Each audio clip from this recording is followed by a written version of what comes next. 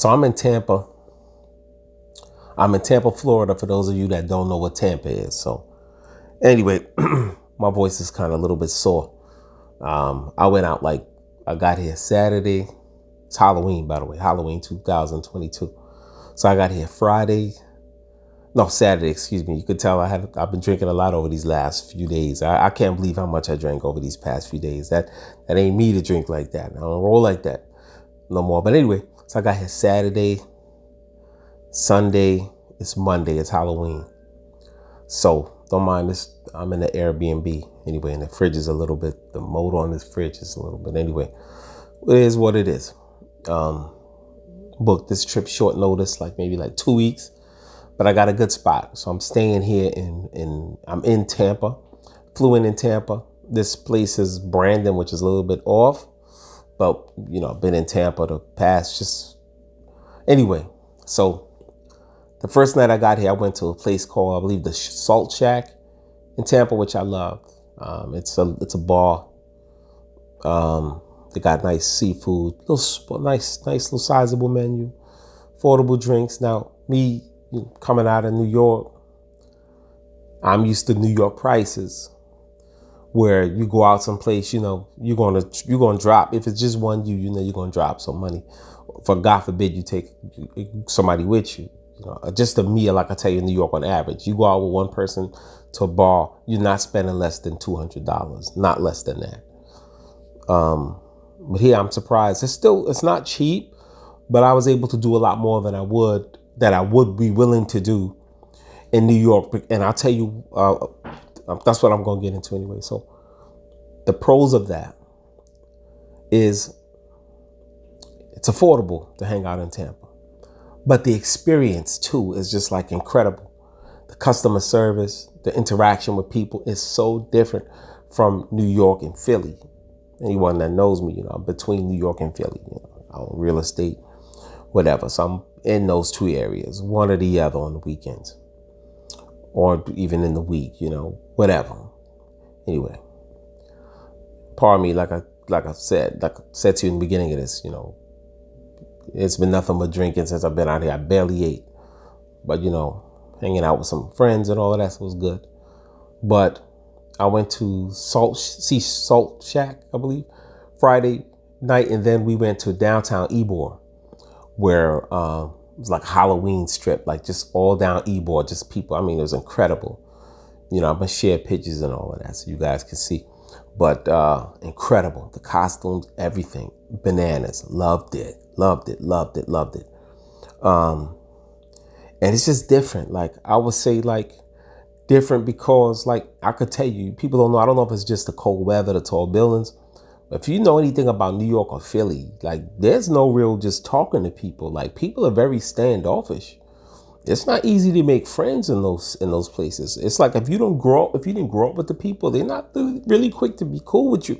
And then on top of that, when people are cool with you, you got to make sure they're not scheming on you, which I find to be in Philly. I find that to be very prominent, not just in Philly, in Pennsylvania in general. I'm not knocking Pennsylvania. I love it. I wouldn't have invested so much money into the real estate in Pennsylvania if I didn't love the place. But in Pennsylvania, you talk to people and it's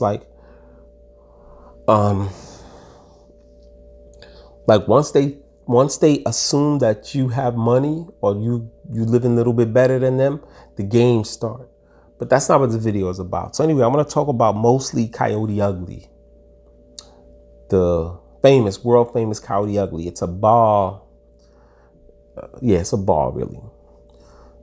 And one thing I did notice about Tampa is that Tampa's like Atlanta. The strip clubs are like Dunkin' Donuts.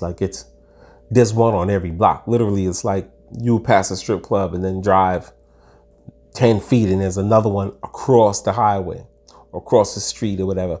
Then as you go another 10 feet, there's one back on the side that you're on, a lot of strip clubs. So Coyote Ugly is something that's somewhere in the middle of that. It's somewhere in the middle.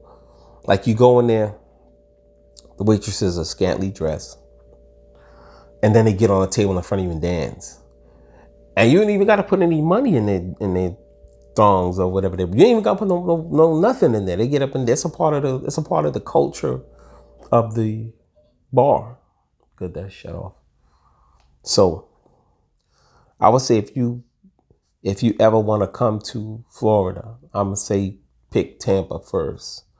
Now I've been to Miami. I wasn't crazy about Miami. I'll be honest. I wasn't crazy about Miami. It was too corporate. I found it was too many tourists around and about. I didn't even feel, I was like, damn, like I didn't really feel like I was getting a taste of what Florida was about. Like Florida, because there was so many other tourists there. Everyone I met was either from New York, they were from Europe, they were from all over when I was in Miami. And Coral Springs. Now I was in Coral Springs. I wasn't crazy about Coral Springs. Coral Springs, to me, the people were kind of like almost like New Yorkers and Philadelphians, where the people were just not really that nice. I found in Coral Springs, like people were very business. You go in a restaurant, they're strictly about the business. Another thing they do is Coral Springs. What I found is that you order a meal or whatever, and they put their gratuity on the check, and you'd be like, "Well, there's not 4 people here. Why are you putting the gratuity on the check? What are you trying to say? I ain't gonna tip you." I didn't like that. I didn't like that. And then when I had something mixed up with my food one time, my food order, they didn't want to give me a refund. They didn't even want to replace it. They was like, "Well, it is what it is. We're not gonna give you a refund." I said, "Okay." So I wasn't crazy about Coral Springs, I'll be honest. And then over there, I went to anyway. So back to Coyote Ugly and Ybor. That's the thing. If you're gonna come to Florida, come to Tampa. Ybor is like right there, like 15 minutes from Tampa. Brandon is like 15 minutes from Tampa, and you have a lot of fun in those small little area within that region with that Tampa, Brandon, Ybor. You're gonna have a lot of fun. Your money goes a long way. That's what I loved it. Like I would say, when I first got here, the first night I probably spent only $100 that night. That's it. But I was able to quite a number of drinks. I ate. Night 2, I would say, in Coyote Ugly, I would say I probably spent $200 in Coyote Ugly, which that wasn't bad. I can't even count how many drinks I had. I was getting my Jello shots. I was getting my Patron shots, Heineken. I just stuck with that all night. Jello shots, Patron, Heineken. That's what I stuck with. But the waitresses there, like, I'm gonna tell you, like, this is what I found. And please, no one, I ain't even gonna say take it. This is just my observation. When you get offended, you get offended. Just my observation is that, I don't know, to me, the white girls in Florida, I don't know what they feeding y'all, but I was like, my friend told me, he said, "You get here, man, these white girls in Tampa, man, you see, they just like curvy, like the young ones, they're like, I'm telling you, listen, you got to see it for yourself." So if you follow me on Instagram, I got pictures there so you can see. But yo, they're like, they thick. Like, it's funny, it was weird because I was in Coyote Ugly, and most of the black girls, and they were super slim. Like, they had the classic, what we would call the white girl frame. They were really slim, big boobs, but they had no hips, no butt. But but the white girls was like freaking like curvy as I don't know what. I wish I could express that, but my throat is really hurting. But I was like, whoa, this is what they look like. And I'm thinking, okay, maybe it's just Coyote Ugly. Then the next day, like tonight, my homeboy took me to this place called Hula by the Bay. And we had this cute young waitress helping us. She had like a cop uniform on because it's Halloween. But when she turned around to leave our table, we were like, we forgot what we were saying. What? But it's like an abundance. So like Friday, we walked down Ybor. We were downtown Ybor. I mean, just like if we saw 300 white girls that night, about, I'd say 290 of them were stacked. So that's all I'm going to say about that. So I'm just saying, it's just observation. There's no reason to cry. I know we live in the cancellation era where people get offended. It's just an observation. I'm not knocking anyone. It's just my observation. All right. But I was like surprised because I know, maybe because in New York it's different. It's a different environment. It's not a beach environment. So people are not really that being in shape is just not. Some people are diehard people that are in shape. But the thing with New York is a lot of the people that are really into being in shape are older people. Those are people who now they're health conscious because of their age and the likeliness that they can get maybe like sick or ailing, health starts to fail as you get older. So I think that's what pushes the fitness in New York. But out here, people are just like, just because. I'm like, just because. Just walking around, just like my head was like, damn, man, shit. And I never wanted to live in Florida. I know when I came before, I hated the place. Like I said, I came to Miami, I came to Coral Springs. I hated the place. I didn't like the attitudes. When I was in Coral Springs, my first night there, I was in a Walmart. I was behind this lady in the line with her cart. We just having small talk. And she said, you know who I hate? I said, who? She said, them goddamn New Yorkers. I can't stand them. I said, I'm a New Yorker. She said, no shit. I said, oh, so this lady's telling me she doesn't like me, like just straight up. Only been talking not even 5 minutes. I don't know what I said to this woman. I don't even remember the conversation, but it was just typical small talk because the line was taking so long. And she decided to let me know what she thought about New Yorkers. So, yeah, I would say like Tampa. I know a lot of people probably, and it's coming up. So I'm saying, I invest in real estate. So I'm looking out here now at the condos. The condo prices, they had skyrocketed. I should have bought a condo here years ago. Like in 2017, I know one of my contractors in Pennsylvania, he told me, you know where you should invest, Mitch? I said, where? He said, you should really invest in Tampa real estate. Now, back then, you could have gotten a single family. This is just 5 years ago in Tampa. You could have gotten like a 3-bedroom house for under $100,000, like a modest house. You could have gotten a fixer-upper for something like 50 grand. A fixer-upper for 50 grand and a modest house in livable condition for under $100,000 or the low 100,000. Try to come here now. So you have the real estate that's going up all the way. Like if you get the lowest I'm seeing for a fixer-upper is like 170K. And a very nice place, a very nice house is going to cost you about $300,000 to $400,000 for a nice one between the Tampa, Brandon, and Ybor. I think Ybor may be a little higher. But so before they go up anymore, I'm looking around. I know my daughter was out here in Orlando. She loved Orlando. And I was looking at Orlando. Orlando real estate it has gone up, but it's still affordable too. Like you can get a condo in Orlando right now, a nice one, maybe like a 1 or 2 bedroom condo for probably about, I would say maybe like 150K for a decent one. But one, you could actually get one for maybe $100,000 around that range. But the appliances would be old. Like you could tell someone, maybe an elderly person lived there and they maybe passed away or sold it. Right now, maybe they got a good offer on it, or they're looking at the market and want to sell it because they probably paid peanuts for it. But you look at the appliances, they're kind of old. So you can actually invest in something like that and just pay the extra money to replace the appliances and the cabinets. Stuff like that, you could repaint cabinets or put new handles on them. I'm actually helping someone do that now. And I bought a house that had a real old, a dated looking kitchen. So we're trying to fix up his kitchen. So I'm going to say, if you're going to get into real estate, if you're going to be an investor like this over here, Airbnb is incredible.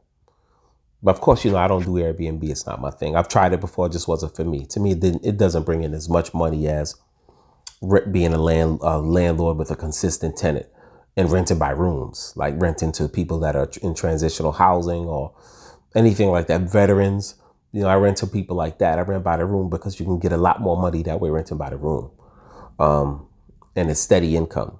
Right? You don't have to worry about coming in and cleaning up afterwards. I found that Airbnb to me was just too much work for that. But the money was good because I had my place in Brooklyn.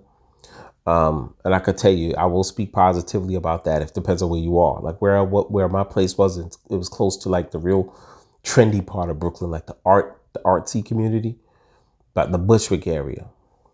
So I put my listing on Airbnb in April. This was probably 2015 or 16. I don't remember the years, one of those two. I went to sleep. And when I woke up in the morning, my calendar was booked all the way from April through July. I had to literally go in there and cancel some of the dates, some of the reservations. But what I didn't like about Airbnb is the headache because for one, the building, or the building that I owned the place in, the owner was like, we don't allow Airbnb here, giving me a hard time. You could get me fined for this. So, and then on top of that, it was just grueling. Like, I had my like I was in corporate leadership in the night shift. So like from like 2 p.m. to 11 p.m. I can't remember the shift. It was maybe 3 to midnight. But I know that was a hassle for me to be back and forth. If someone had to book it in the week, to run and have to. And I didn't know people got managers to run property, but I didn't want one because of the environment I was in, where the building was giving me pushback. So to have someone there trying to clean it and during the turnover would have just created more tension. And yes, it could be lucrative, but you would have to own several. I'm saying, this is what I meant. Let me be clear on it. If you own the place, you're going to make money on it, Airbnb. But if you don't own it, like you have a lot of these people I see on social media pushing these infomercials or ads telling you don't need to own the property in Airbnb and you could become a millionaire. I don't believe that. The numbers don't add up. And I'm telling you, I was an Airbnb host. If you don't own the property, you're really not going to, because the owner is the one who's going to make the money off the Airbnb, not you. You're just going to get a percentage of that. But yeah, so lucky it was my property and it was lucrative, but the headache with the if you have people staying one night to clean up, then 2 nights, then you have people that complain when they get in there. People lie to you. Like people will tell you it's just one person come, or it's just 2 people, then they'll show up there with a whole family of 4. And I had like it was a studio space. It was a studio place with a high ceiling. It didn't even have, because it was in a commercial space, the bathroom was shared with some of the other commercial renters there, or owners there. So let's say there was a recording studio next door to my place. There was a photography studio. So then I had my studio. And of course, those people even complained because they said, oh, you have too much traffic coming in and out. But if you don't own an Airbnb, and like I said, for me, it's just too much. I like the consistency of, I know who's in my place. And there's some nightmare stories people don't even tell you. There's a documentary. I don't know if Airbnb suppressed that documentary, so it did get exposure. But it talks about like people who telling, hosts telling their experiences of how one guest one night could destroy the entire operation. How some people rented, parents lie. I even seen an episode of Judge Judy where these parents, a mom lied and put the Airbnb in her name, but then she put her daughters in there. Her daughters and their friends ransacked these people's houses. But I've heard of people where the people will set their house on fire being careless. Like young kids will rent the place, like teenagers, all you people in their young 20s just careless, smoking, put a cigarette out on the carpet with just nightmare stories where people say they came in and it's like, oh my God, what this person does. And then from what I understand, Airbnb doesn't really settle that. Like when you sign up as a host, you take on that responsibility that they're not liable if someone destroys your place. Or you got to submit a claim. And I heard like a lot of their claims, if they do approve it, you're not going to get back what you probably lost on it. So to me, it's just not worth it. And that's just not worth it for me. So I like the idea of having consistent tenant in there. I know what I'm getting at the end of the month. You can budget better to me. Like when you have rental income and you're renting to people that like I do, like transitional housing, those are people like veterans and people coming out of rehab. I know exactly what the agency or their payee is going to pay at the end of the month. I know exactly what's going to be in my account. So I can budget my life better. I know what bills I'm paying. I know if I'm going to take a trip, whatever I'm going to do, if I need to buy something, if I want to just do this, whatever I want to do, I already know exactly what's coming in. When things break, I already know I already have my handyman or contractors in place. It's just, you can work better that way when you know exactly what's coming at the end of the month than to me the uncertainty. Even though some people say you can look at your calendar. But anyway, back to the subject at hand. So yeah, I would say if you're going to get into this, you can Airbnb in Tampa. Like I said, it's Florida. If you're going to do Airbnb, Florida is the place to be. It's very hot here. Philadelphia also is a popular Airbnb place. But I think Orlando No, it's Fort Lauderdale. For last time I checked, they were like one of the number one places to make money on Airbnb, like one of the most lucrative. But then all of Florida in general, if you look at the whole list of Airbnb, if you go through the 20 top places to Airbnb, Florida would definitely rank high. Like you're gonna see Orlando, you're gonna see Jacksonville, you're gonna see Miami, you're gonna see Key West, you're gonna see all of that. For Lauderdale, like I mentioned, you're gonna see all of that. So to me, like I'm looking at it differently. Like this is a place where I would say if you're like if you're like divorced, yeah, I'm divorced. You starting your life over. Florida's a Tampa, I'm gonna say, is a good place to be. And I'm surprised because, like I said, New York, the environment for single people in New York is like everything is strictly apps. I know that this is a worldwide thing, but I saw some glimpse of hope there. I think being here, like people still have conversations with each other. So I'm in this, I'm chilling in Coyote Ugly, and I'm looking like it's I don't do strip clubs. I don't think they're pointless. I think it's like going to a fancy restaurant, seeing a bunch of food on the menu and you can smell it, but you can't eat it. But you still have to pay for it. That's how I view strip clubs. I'm sorry. I won't put my money in that. But Coyote Ugly is like somewhere in between that, where you can go in there, when you're going in there, what's up. You're going there to have fun. You're going there to listen to loud music. And the girls are there more as, to just, they're there as a part of the scene. They're part of the entertainment. But they're not the focus of the entertainment. Because they even have, it's like a sports bar too. They have the game on the screen. So it's like I said, the girls are there as a part of the entertainment. They come with the environment, but it's not about them. So you're not expecting anything. You don't come expecting anyone to dance with you. You're not expecting anyone to touch you. They're not expecting you to just enjoy yourself. And they even let you take out your cell phone and record them dancing and all of that. So I really loved it. I mean, the girls are beautiful. I thought the crowd was awesome. I never got the impression that something was going to jump off. I've been to a lot of clubs, a lot of bars in my life. And some of them things happen and you hear commotion. And if they don't have bouncers there in time, anything could happen. But this one was a lot of young people there too. And I like to be around young people. I do. Legal young people, And, I just like that energy, and I like that energy.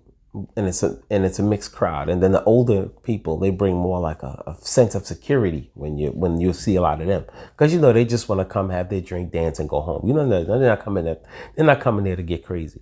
So when you have those two together in one place, I think it's a perfect place to be. Some people don't like it, but I love to be at a place where you have the young people, and then you have some Gen Xers, you have some millennials, and then you have some Zen all in one space. I think that's awesome because all three of them, the energy is different. You could get the best of all three worlds when you're there, and you get to learn. You get to see what the future is when you're there.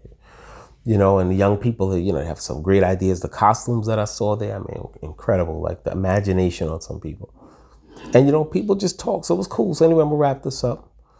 Like, share, subscribe.